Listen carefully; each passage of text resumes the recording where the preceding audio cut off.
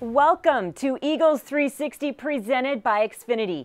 Entering week 4, there have been 34 roughing the passer calls, which is more than double at this point last season. The increase was a point of conversation here at the NovaCare complex after reports that the competition committee will meet next week to discuss a potential change. Now, those same reports also indicate that any major changes to the rule is very unlikely for the season. Well, yeah, I'd like to revamp a lot of rules.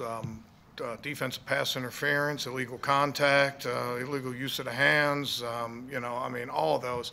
Look, it's not our job to officiate. It's not our job to write the rule book. It's our job to play within those, and it's to play to the standard that the officials put out there.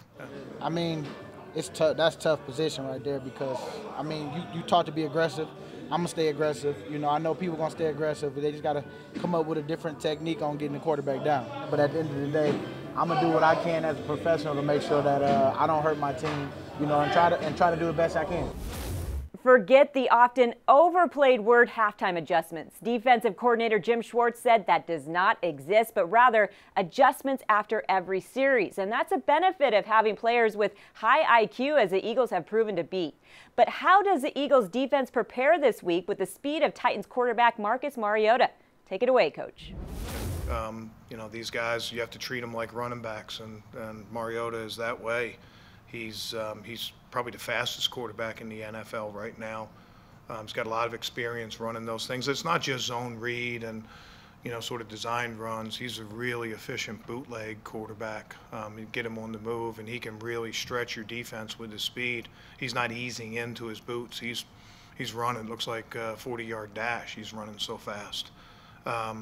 Yeah, it makes you play clean across the board. You can't concentrate on one thing. You have to not only cover receivers, but you also have to be, disciplined in pass rush and be able to clean up pass rush if he does escape, and then it adds a new layer to the run game.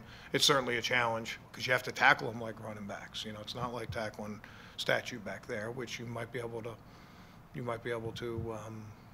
to control the action a little bit more. These guys are mobile, they're fast, they're strong, and they're becoming more like running backs. That's what makes it so difficult. Offensive coordinator Mike Groh also gave us our first look at Tennessee from his perspective. On his radar, the potential of the Eagles offense as reinforcements could be on the way, but the focus remains the same. And if we can keep getting better each day at practice and then feel a little bit better about ourselves every Sunday we go out there and playing those games, and we're more efficient and create the explosive plays and protect the quarterback and possess the ball, all the things that we want to do on offense, those are the things that we're evaluating every week, and I think we're improving. No, I think we're always trying to find ways to push the ball down the field, but you're right, we haven't had as many explosive passes as we'd like. We're doing some really good things, and we'll continue to try to find ways to create those explosive passes. The most important thing for the quarterback is to get his team in the end zone and bring his team home a winner.